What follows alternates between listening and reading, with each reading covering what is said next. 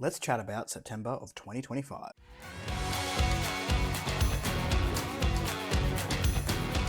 Hello everyone, welcome back to A Fictional Escapist. My name is Kris, and today's video is going to be what I assume is going to be a relatively short September reading wrap-up. The reason for that is I had a beta read that was going on. It was a 300,000 plus word tome. It was about 800 pages or so. That took up a lot of my mental capacity while reading this last month. Also, just doing my own stuff with Alpha because that is set to release, hopefully, in just over a month's time at the time this video is releasing. So that's quite exciting, but it does mean I have to haul ass on my own process. So the books that I read in the month of September, we're going to start off with the beta read. That is called The Ashen Viper. I don't have a cover or anything to give you at the moment, but it is written by Joseph Jolie, which you might know from the I think it's like the Dragon's Birthday. I'll put the cover up here. So he's got a cozy fantasy series that he's currently writing in, and also a dark fantasy series that I have had on my radar. I own them on Kindle. I just haven't got around to them yet. And the covers on these are absolutely beautiful. But this is his first really gritty dark fantasy. Like, it is massive, it is epic, it is 800 pages, it is a tome of a book, and is very, very ambitious. What I enjoyed about The Ashen Viper, because I cannot give too much away, is if you are someone who enjoyed the world building aspects of Malazan, the intelligence of Malazan, you are going to have a good time here. The world building is fantastic. If you like footnotes and you like your world being built up within those footnotes, you're going to have a good time with this one as well. It has a whole library of books hidden within the footnotes, which is just awesome. Like the amount of room the author has given himself to create a expanded universe within these books is just great. So I send that off. I really enjoyed it. I think it is for the fans of very intelligent, epic, dark fantasy, and a lot of POVs to contend with. We've got non-gods, so gods, non-gods, behaving badly, coming to terms with things that they've done in their past. We are shown their past timeline and how it kind of relates to the present that is built throughout the whole way through the book. We've got a lot of characters. I particularly liked a character called Alistair, or Alistair, however you're going to pronounce it. Be up to the reader to interpret. And I also liked a character called Eliane. Probably pronouncing that incorrectly, but when you read the book, you'll know who I'm talking about. They're very intriguing plot lines. There's only one POV, or like part of a POV, where I was like, I don't really understand it, but feedback was given there. Anyway, it took most of the month, but I had a relatively good time with it. Looking forward to seeing what changes happen, how the edits affect it, and when that goes out into the world, I'll be buying myself a copy. Moving on from there, I had a short, it's either a short novella, no, a short novel or novella. I'm not quite sure of the page count because it was a while ago now, but I digress. This is Animus Paradox by Adam Bassett. I really enjoyed Digital Extremities, which was a short story collection that I read, I believe, earlier this year, and I wanted to try out I think it's a novella. I'm relatively confident it was a novella, which was set around characters in one of the stories that we had in that anthology. So Animus Paradox follows David and Math, who work in some sort of law enforcement, and they've taken on a job which is above their pay grade. So they end up getting caught up in this underbelly of feuding gangs in like a cyberpunk noir world, and it was really fast-paced, really fun, and I had a great time with it. Like, what I loved about this one was the dynamic between the main duos. They are a couple, and you get the sense that they are a couple, but they also know that they have this bigger job to go out and do, and they have to utilize each other's skills to go and do that. I also liked that our side characters, every person had like their own agenda, as is the way in a lot of mafia or gang-esque tales. Everyone's looking out for themselves, and it made this short story so like very rich for the page count. So I really enjoyed this one. I like the characters in Digital Extremities as well, so I'm looking forward to see more if Adam Bassett does more in this world. I'll eat it up. I'm ready. I'm ready for it.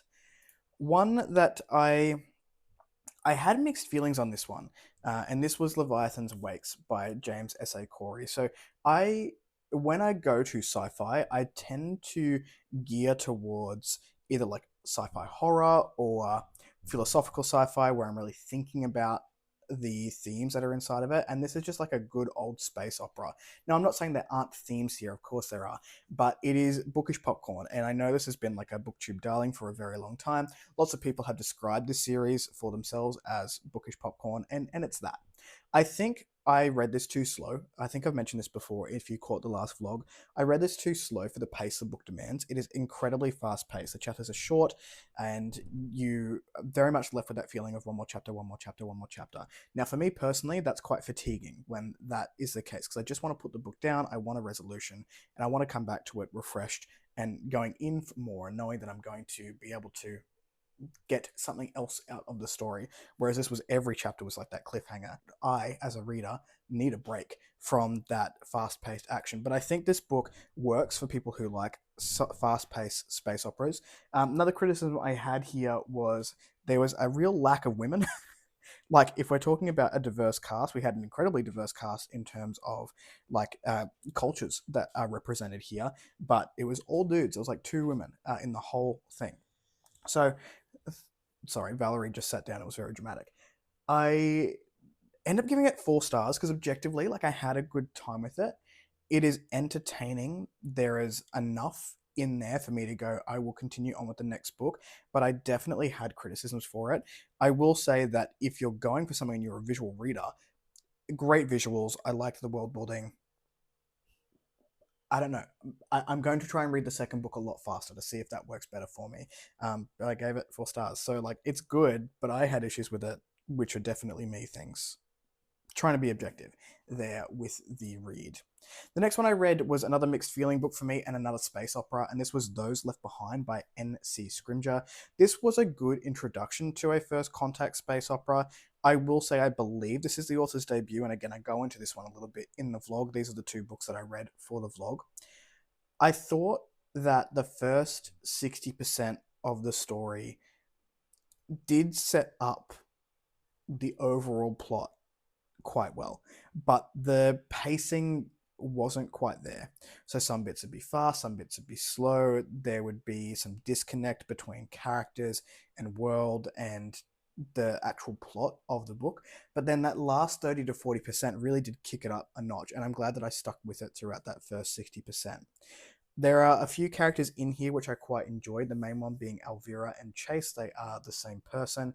Chase is like an AI embodiment of Elvira, and her storyline got more complex and more morally grey as the book went on, and I was eating that up by the time that I got to the end of the book. So with this one, the series is called The Way Stations, or don't quote me on that, The Way Stations something. The Way Stations trilogy, I just looked that up, where we are on a mission with a crew and they're trying to escape a dying planet. So it is humanity's last hope to get to these way stations to be able to continue on living. The people on our Earth like planet, which is New Palace? New Palace? Let me check that. New Palace. I don't know if I'm pronouncing that correctly, but time is running out and they only have a certain number of years or whatever to get billions of people off this planet. There is a spanner thrown in the works when they are told, hey, when you guys crossed over, something weird happened and we're going to close down the way stations. And then Alvira's like, hang on a minute, we are sacrificing the lives of potentially billions of people if you want to take time to find this out, and I'm not okay with that. And then the rest of the story ensues. That's what I'll give you for the wrap up. I had an okay time with it. I really like Elvira. I love the twist that happened with that character at the end of the book, so I will carry on with this series. I enjoyed the audio of it. There was some onomatopoeia in there which I didn't love. That's a me thing. I can move past that. I think I will continue with the audio once I go back into the series. And then we move on to my book of the month, which is another historical fiction. So historical fiction has won 2 for 2 since I've been doing book of the months, and I will do a full review for this one at some point, so I won't go too deeply into it now. But this is Boudicca's Daughter by Elodie Harper. This is a fictional story of a what if. So what if a child of Boudicca was left to create their own relationship with Rome after her fall? It is quite interesting because we do get introduced to Boudicca, or as she's called in this book, Cadia. Like I said before, history goes in one ear and out the other, so I do not know if that is the actual correct name of Boudicca, but we are introduced to her, and basically the forward of this book is saying, I want to introduce you to this woman before she became Boudicca and when she was a mother, and then you also get introduced to her child Selena, who is the main character and the main focus of this book. Now, Selena goes through a hell of a lot, which Elodie Harper does just exceptionally, is our character work with the main character, and she builds her own relationship with Rome, with the people of Rome, with her captors, with check your trigger warnings. There's also sexual assault in this book as well, and sort of how she lives through that and the life experience that she has. Elodie Harper is an incredible writer when it comes to exploring the women, I would say, because Amara, who we look at in the Wolf's Den trilogy, is also a lady of Pompeii, who may have taken a sidestep to the main influences within, an actual historical context.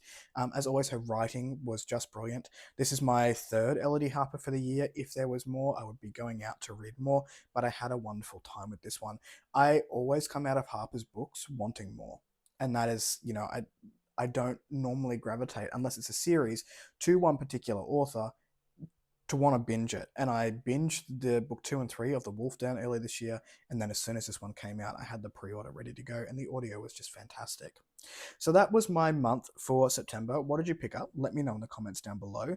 If you like the content, give it one of those. If you want to see more of it, click subscribe at your will, and I will catch you in the next video. Ciao.